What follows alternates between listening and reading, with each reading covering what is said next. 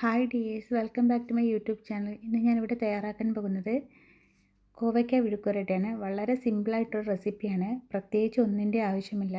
കുറച്ച് കോവയ്ക്കയും ഒരു സവാളയും മാത്രം മതി. ഇനി ഇവിടെ ഞാൻ കുറച്ച് ക്വാണ്ടിറ്റിയിൽ കോവയ്ക്ക എടുത്തിട്ടുണ്ട്. ഇത് റൗണ്ട് ഷേപ്പിലാണ് കട്ട് ചെയ്തെടുത്തിരിക്കുന്നത്.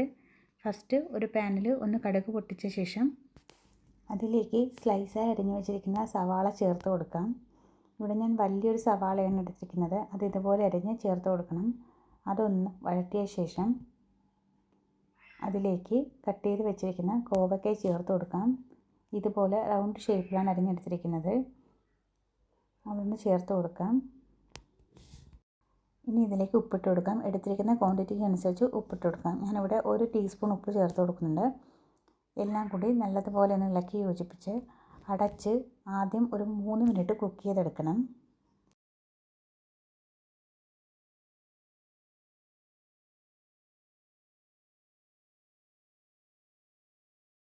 ഇവിടെ 3 മിനിറ്റ് കഴിഞ്ഞിട്ടുണ്ട്. കോവയ്ക്ക അധികം കുക്കായിട്ടില്ല. ഇതൊന്ന് മിക്സ് ചെയ്ത് കൊടുത്ത ശേഷം ഉപ്പ് വേണമെങ്കിൽ ഒന്ന് ചേർത്ത് കൊടുക്കാം. ഹാഫ് കുക്കും ആയിട്ടില്ല. ഇനി ഇതൊന്ന് മിക്സ് ചെയ്ത ശേഷം അടച്ച് ഒരു 4 മിനിറ്റ് കൂടി ഒന്ന് കുക്ക് ചെയ്തെടുക്കാം. ഇടയ്ക്ക് 1-2 പ്രാവശ്യം ജസ്റ്റ് ഒന്ന് ഓപ്പൺ ആക്കി ഇളക്കി കൊടുക്കണം.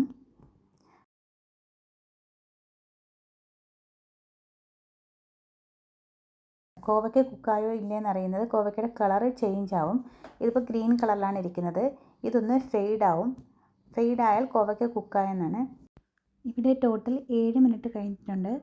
കോവയ്ക്ക വിഴുക്കുവരട്ടി റെഡിയായി കിട്ടിയിട്ടുണ്ട്. ശ്രദ്ധിച്ചാൽ അറിയാൻ പറ്റും, കളർ മാറിയിട്ടുണ്ട്. ഗ്രീൻ കളറിൽ നിന്ന് ചേഞ്ചായി ഈ കളറിലേക്ക് വന്നിട്ടുണ്ട്.